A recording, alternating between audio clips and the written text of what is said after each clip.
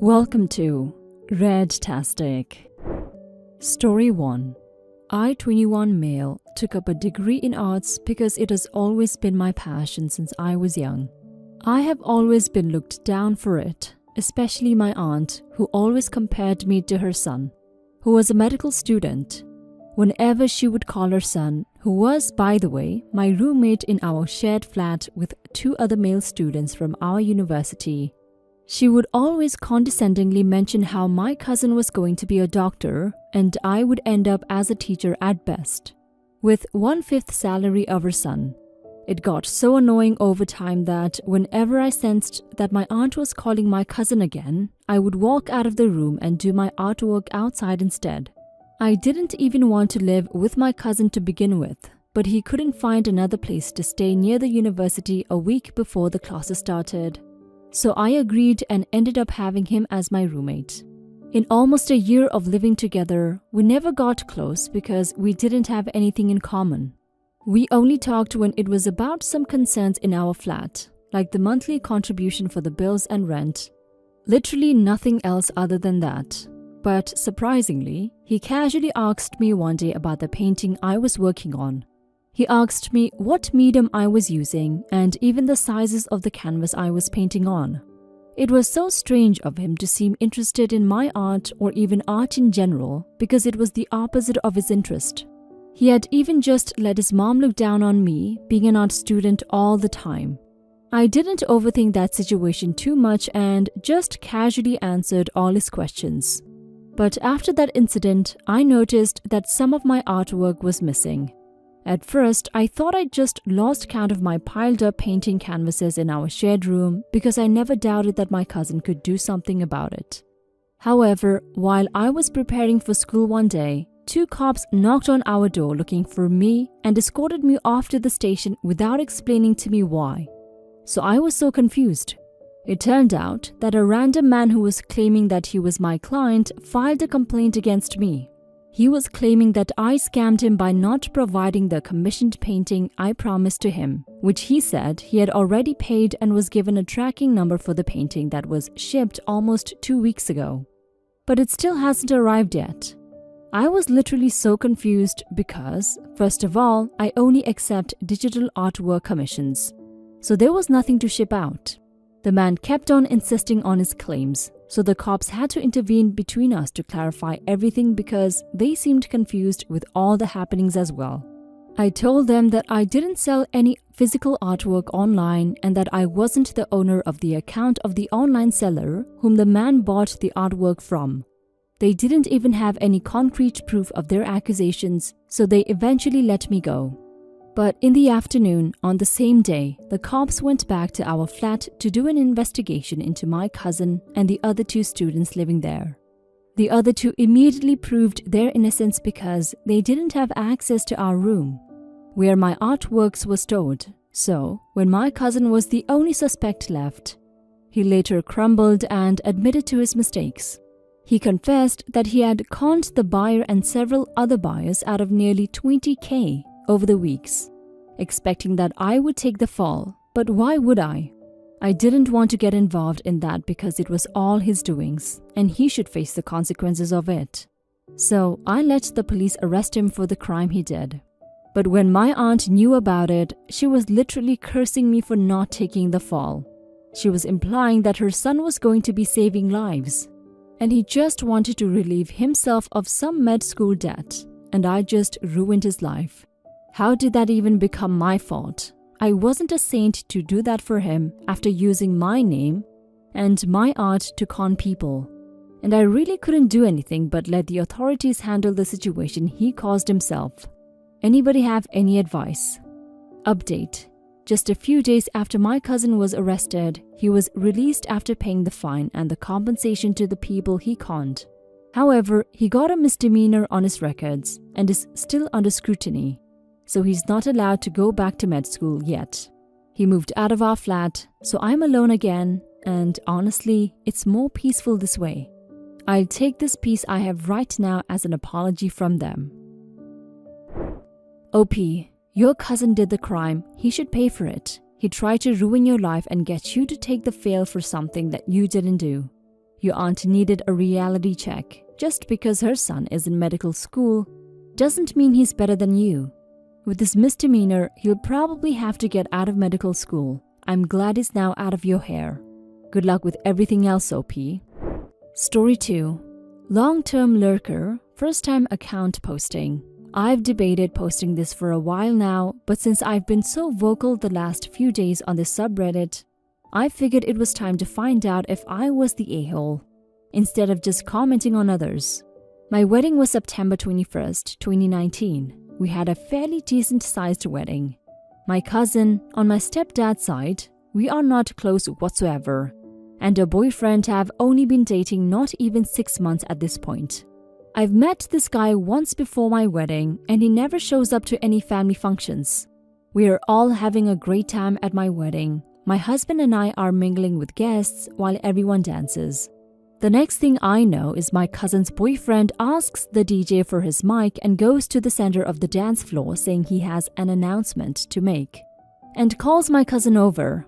So I rush over and say, nope, no one is getting engaged during my special day, especially during my reception.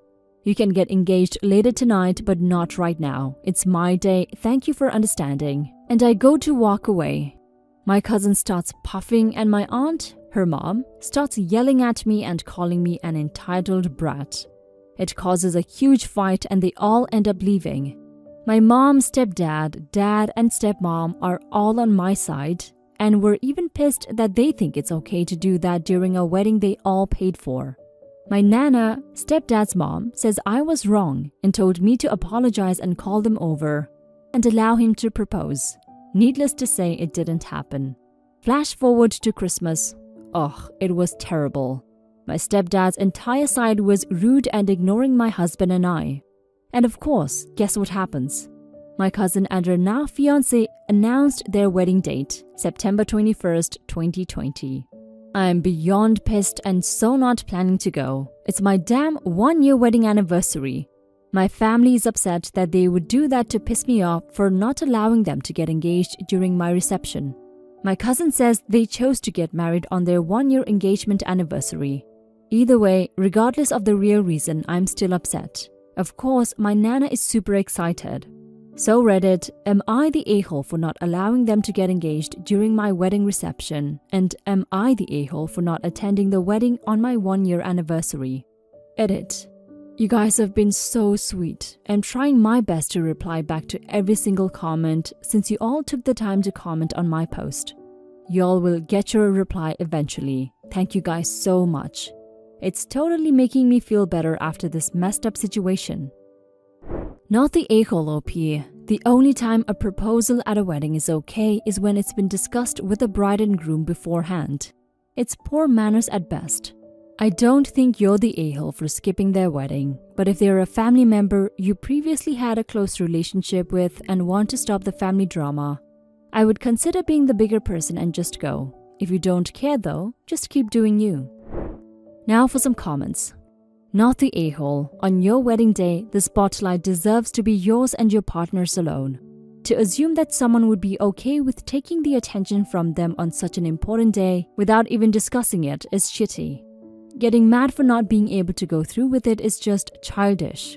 Honestly, anyone who isn't on your side is probably not thinking it through at all or is just being immature.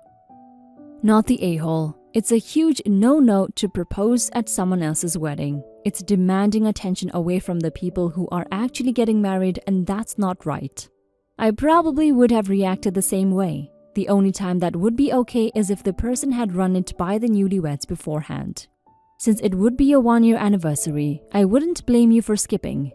Also, September 21st is a Monday. Who the F gets married on a Monday? They're trying to spite you. Not the a-hole. Proposing at a wedding is straight up rude, especially without permission. You were 100% in the right to stop that from happening. A lot of work, time and money goes into planning a wedding and reception. Taking advantage of that to make it all about you is super messed up. As for attending their wedding, I would say might as well go and drink on their dime. I enjoy weddings, so it probably wouldn't bother me a ton. You could always ask the DJ for the mic to make a speech about how happy you are to have been married for a year and how wonderful it is to spend your anniversary with all of your family. Don't mention the couple at all. See how they like someone pulling the focus away from a date they worked hard for. Story 3. My friend Ian, 33 male, sister 33 female, and I, 31 female, have been friends since we were little. After high school, we all went in different paths but kept in touch and our families are friends. In early 2019, Ian met his Isla, 20 female, at work and wanted us to meet her. We live 1.5 hours drive away, but they weren't official yet, so even if Isla had already met his family and friends in both towns, my sister and I told him it was too early and we weren't interested. Ian enjoyed bars and nightlife and hookups, and we had heard through the grapevine that Isla was not okay with any of that and had initially wanted nothing to do with Ian or alcoholic man, because their actions don't align with her values and beliefs or what she wants in a husband. But Ian was completely smitten. We didn't expect them to last long. Ian loved the bar scene too much.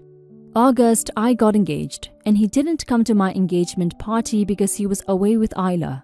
October 2019, my sister got married and Ian didn't attend. We knew he couldn't, but my sister was really hurt and refused to answer any of his messages. And out of sisterly solidarity, I did the same. I regret it wasn't until September 2020 when I called to tell him I would be passing through his town the next day and asked if he wanted to have lunch together with our partners, catch up, and I could meet Isla. I had called at the worst time because they were packing up Isla's apartment as she was going to Switzerland that Friday, so no lunch. March 2021. I called to invite Ian to my wedding in August and he said he couldn't come because he had plans with Isla, his fiancée. I was hurt. I didn't know he proposed but left it at that. Last week I was at my parents' house and Ian's parents were there. I gave my congratulations and the conversation turned to weddings. I said I couldn't wait to see Ian's wedding and that he would probably have kegs everywhere. And Ian's parents just smiled and nodded, and I could tell something was wrong. Later, when it was just us three, I asked why they looked weird, and his mom told me that they knew my sister and I hadn't met Isla and about the text.